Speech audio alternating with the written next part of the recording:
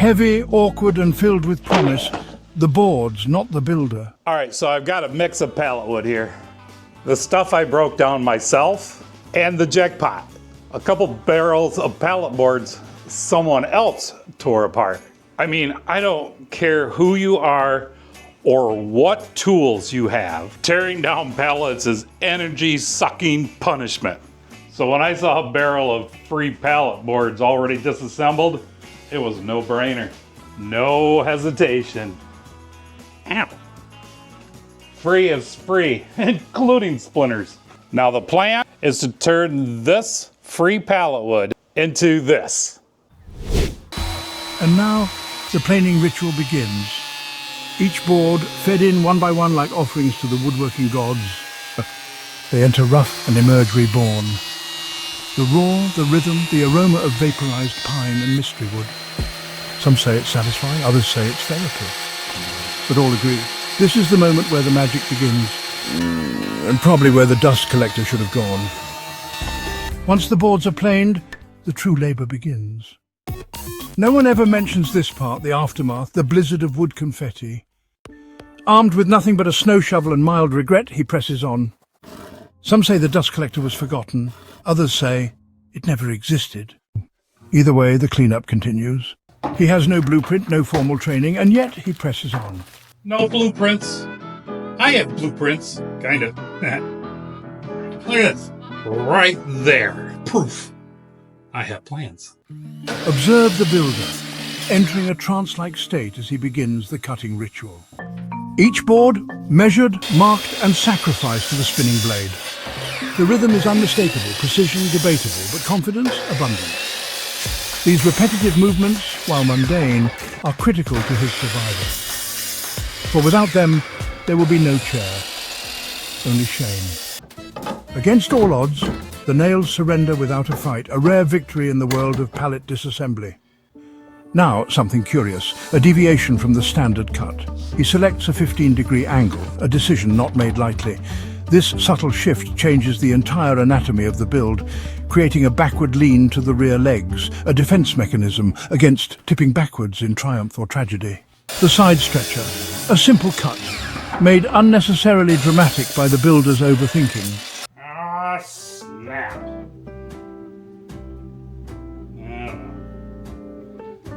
I knew I was gonna do that.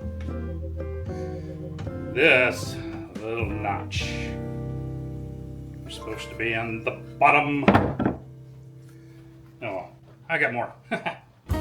He attempts a dry fit guided by instinct, caffeine, and very questionable confidence. 1 inch from the bottom, a detail that prevents wobbly shame.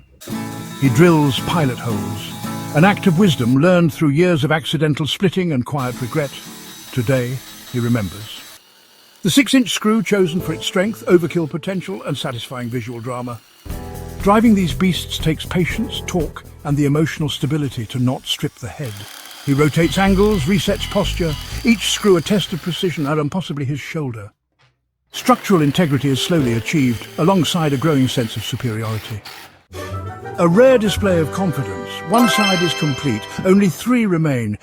1 becomes 2, then 3, and finally 4, a full set, a miracle of repetition. He attempts to remove the nails using force, finesse, and mild profanity.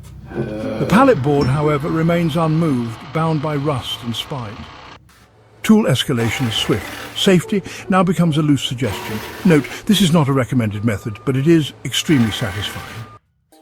With the wild ends removed, the board is civilized, trimmed to expose usable grain.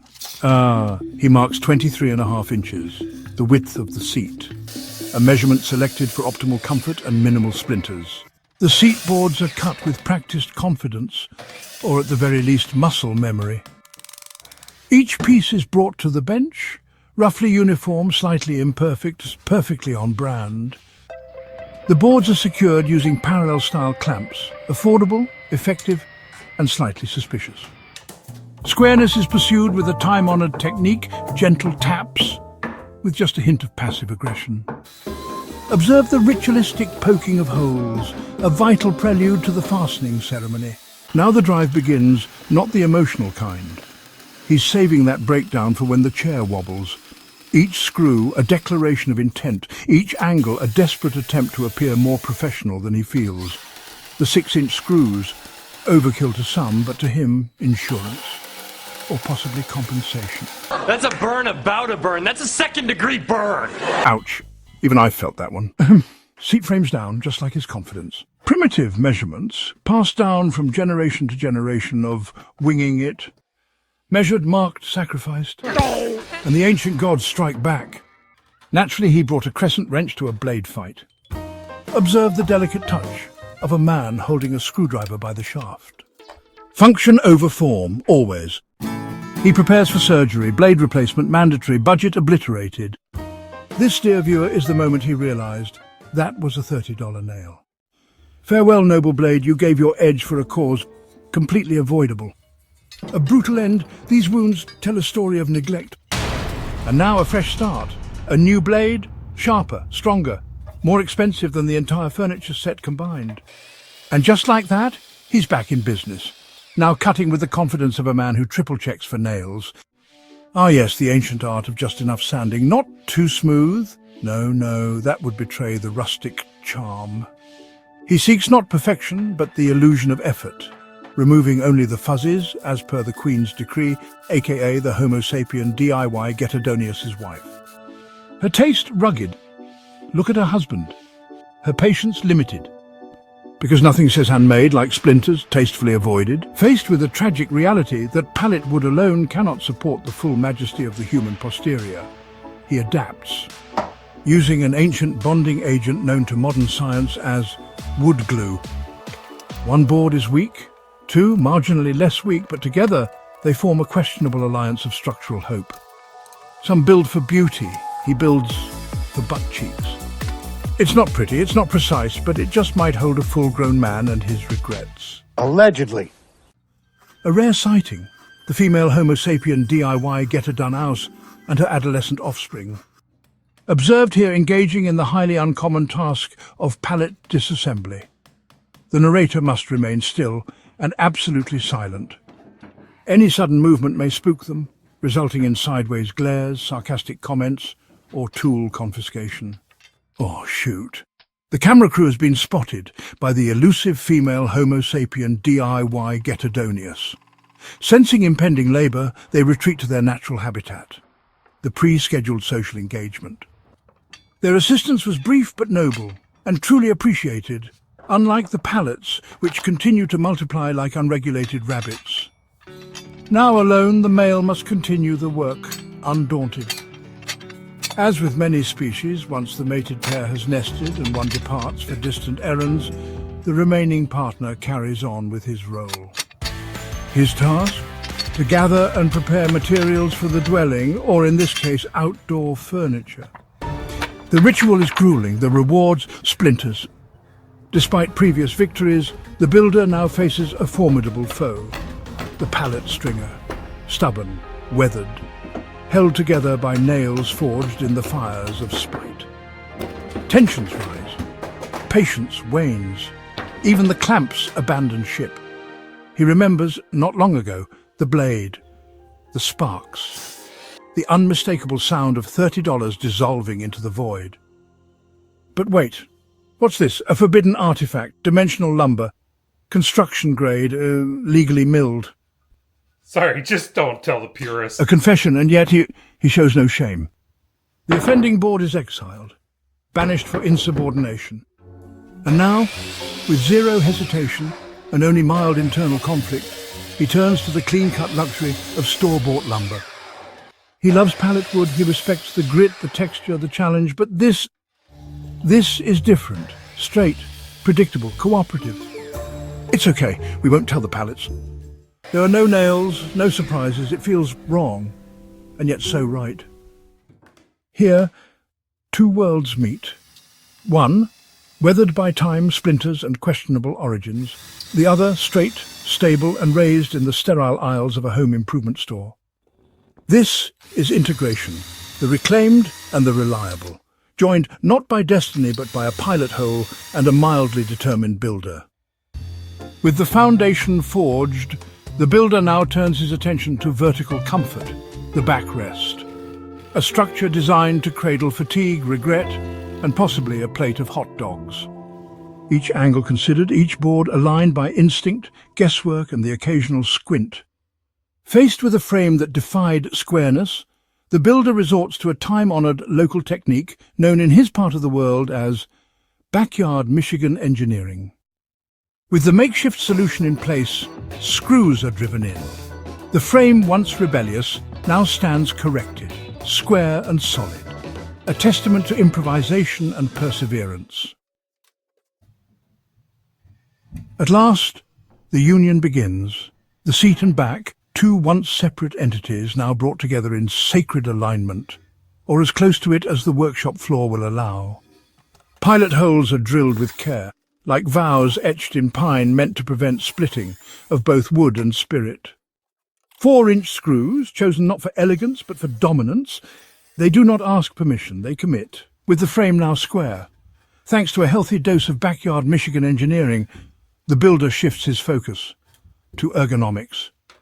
He begins the sacred ritual of measurement, seeking the optimal height for the human posterior. Scientific consensus, unclear. Methodology, mostly vibes. At some point, every craftsman must stop measuring and start committing. And so the first screw is set, the point of no return. Beyond this, there are no just dry fits, only consequences. But wait, he pauses. One final check, a last stand for symmetry, balance, and the lower back. Now fully committed, the builder dives into slat installation, armed with twin drills and questionable posture. Each board spaced with precision, or maybe just the width of his thumb. No jigs, no guides, only intuition, and a faint memory of what comfort should feel like. Assembling at ground level, a rite of passage in the realm of budget builds, knees cracking, vision squinting, determination unwavering. He adjusts one last slat because perfection is a moving target, and this chair is getting closer. From scattered scraps to seated structure. A functional artifact born of sawdust, sweat, and sheer willpower. A final pass with the sander, not for smoothness, but for peace of mind.